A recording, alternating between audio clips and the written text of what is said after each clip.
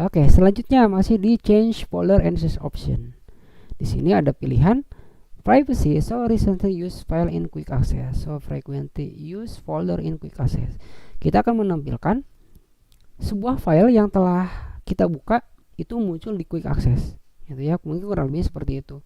Contoh, ini kita nampakkan pada yang ada dulu ya. Contoh yang kita buka latihan file misalkan.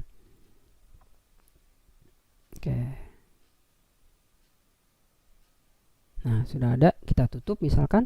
Lalu kita tutup kembali. Ketika kita buka file Explorer, kemudian kita buka ke bagian quick access, maka file yang tadi itu akan muncul.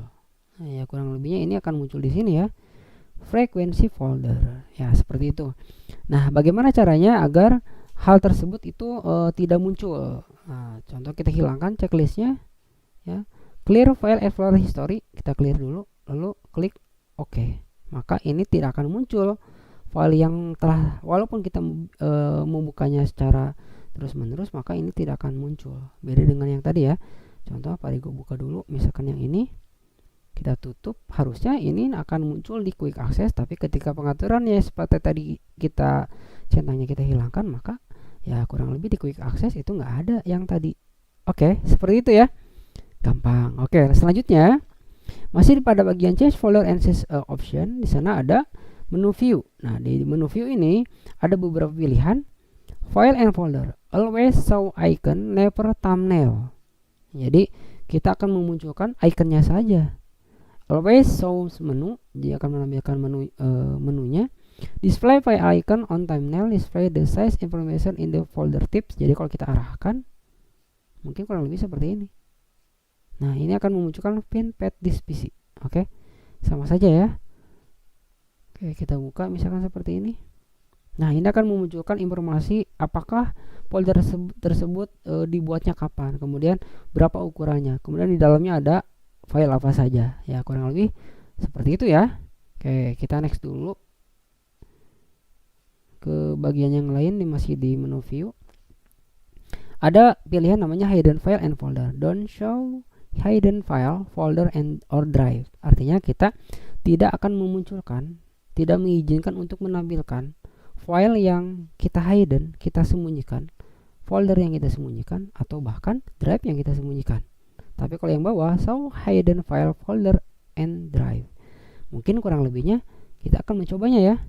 Nah, contoh misalnya kita akan mencoba membuat si latihan 1 ini menjadi di hidden. Nah, bagaimana caranya untuk menghidden ini? Nah, oke.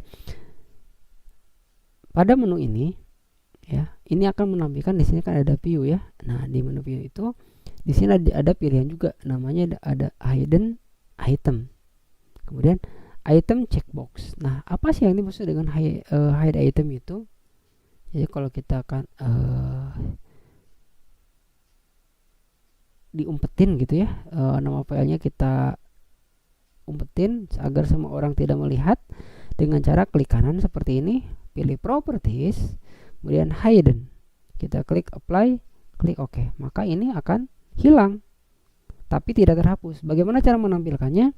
Cara cepatnya adalah dengan cara klik menu file, kemudian pilih hidden item, maka ini akan muncul seperti itu. Lalu kita klik kanan lagi untuk mengembalikannya, klik properties, lalu hidden item checklistnya kita hilangkan, lalu kita klik OK, maka ini akan kembali seperti normal. Tentunya ininya pada bagian hidden item checklist ya, checklist boxnya kita hilangkan seperti itu. Masih di bagian option ya.